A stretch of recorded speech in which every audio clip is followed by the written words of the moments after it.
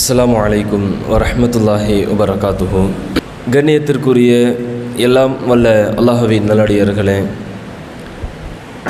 ஒவ்வொரு செவ்வாய்க்கிழமை தோறும் இஷா தொழுகைக்கு பிறகு திருக்குர்ஆன் சம்பந்தப்பட்ட விளக்கங்களையும் தகவல்களையும் நாம் ஒவ்வொரு வாரமும் பார்த்து வருகின்றோம்.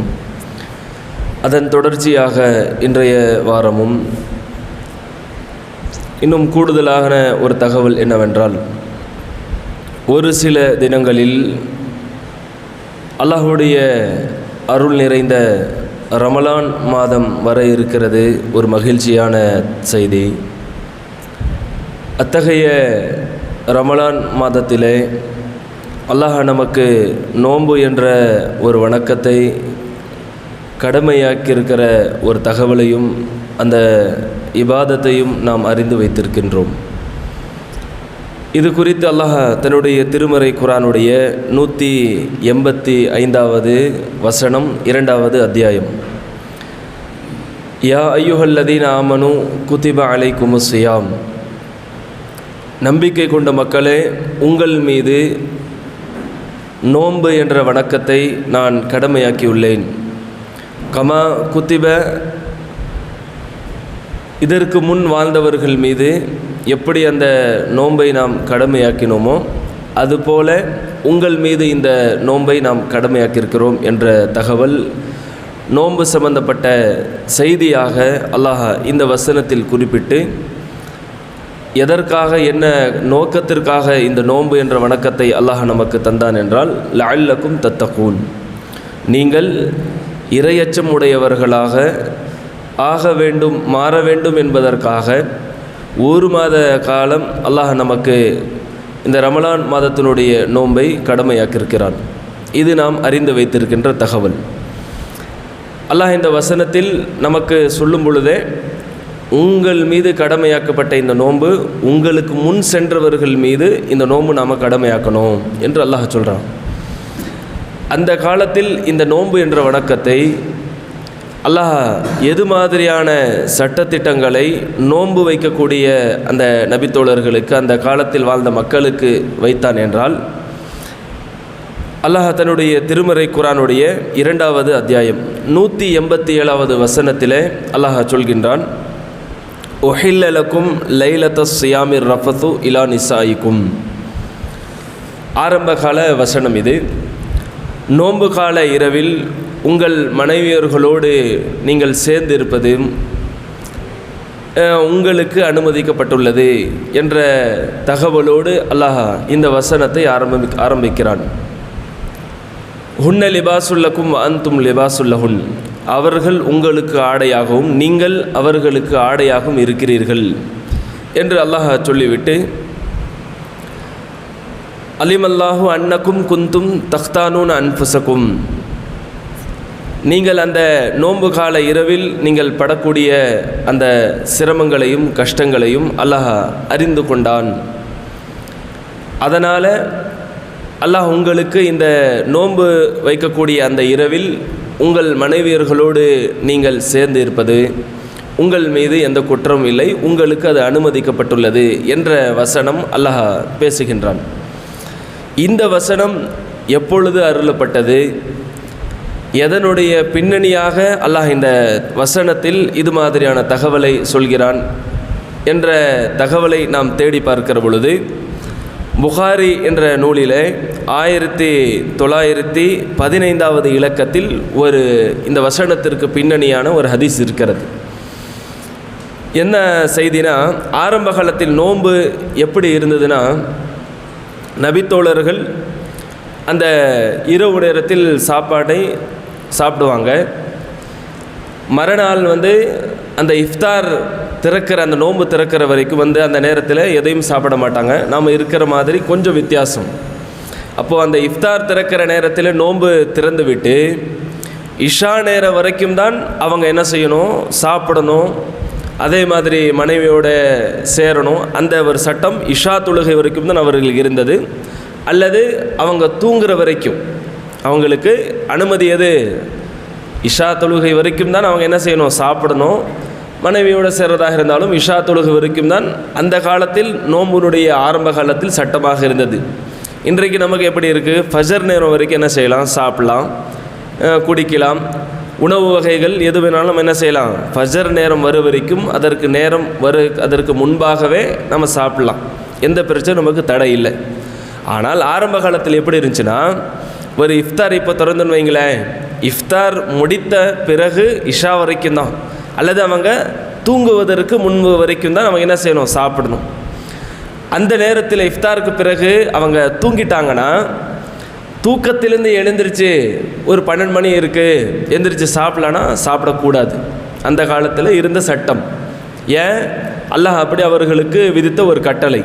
சாப்பிடக்கூடாது, மனைவியோடும் நீங்கள் என்ன செய்யக்கூடாது, இஷா தொழுகை பிறகோ தூங்கி நீங்கள் நடுராத்திரியோ இணைந்தக்கூடாது, சேரக்கூடாது என்ற கடுமையான சட்டம் அவர்களுக்கு இருந்தது.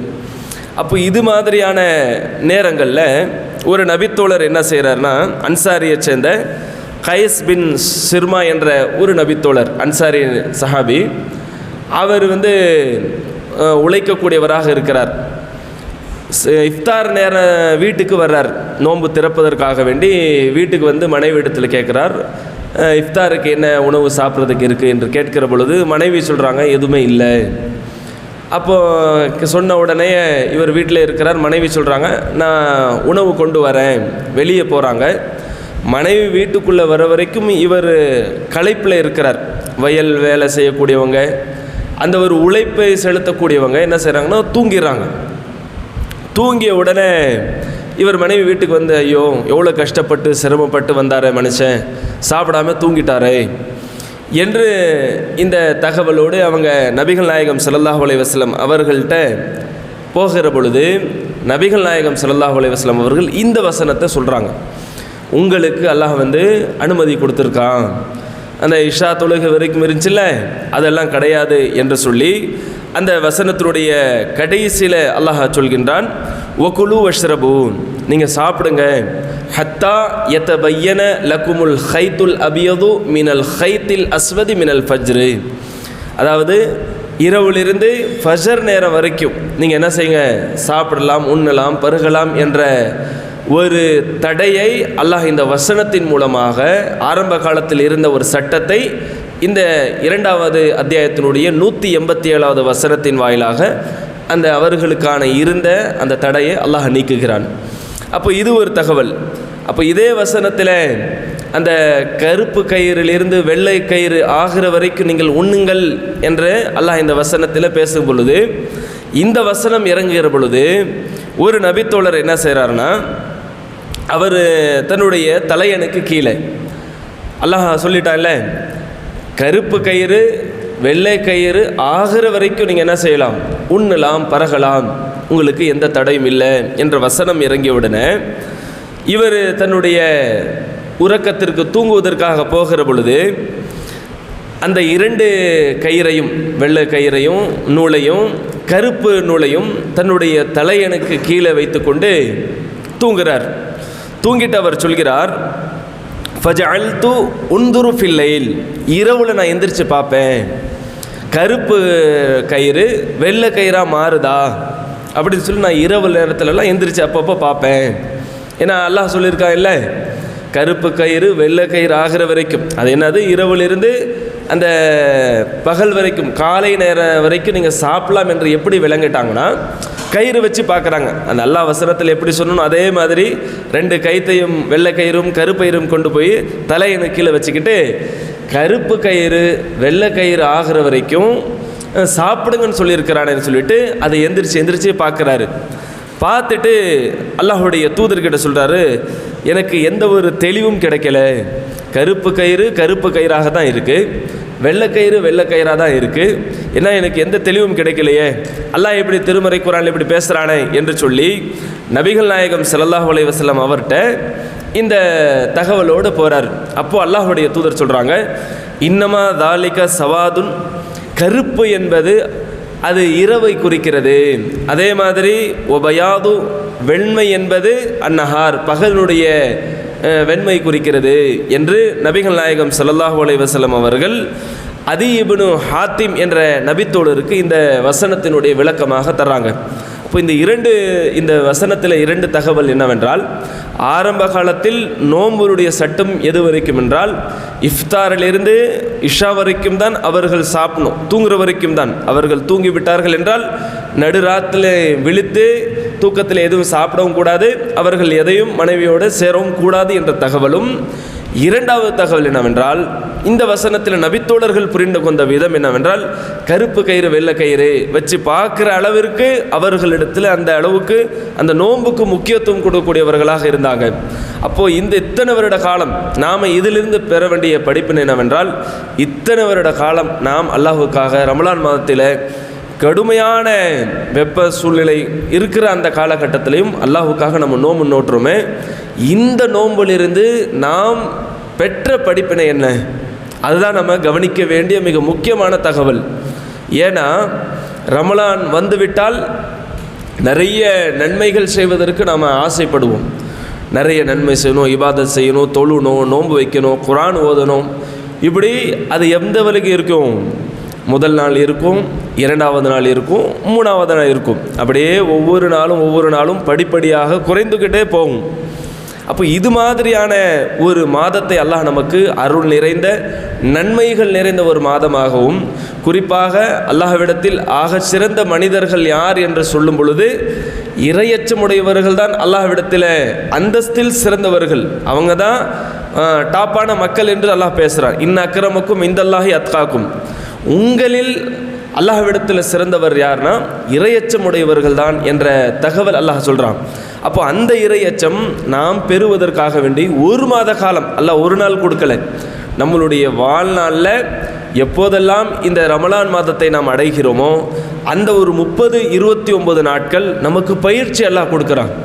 நீ நோம்பின் மூலமாக உன்னை இறைவனுக்கு பயப்படக்கூடியவனாக, இறையச்சம் உடையவனாக, எந்த நேரத்திலும் அல்லாஹ்வை பயப்படாமல் இருக்கக்கூடாது, எல்லா நேரத்திலும் இறைவன் என்னை கண்காணித்து கொண்டிருக்கிறான் என்ற அந்த இறையச்சத்தை உங்களுடைய ஆழ் மனதில் பதிவதற்காக வேண்டி ஒவ்வொரு வருடமும் அல்லாஹ் நமக்கு 1 மாதத்தை அன்பளிப்பாக தர்றான்.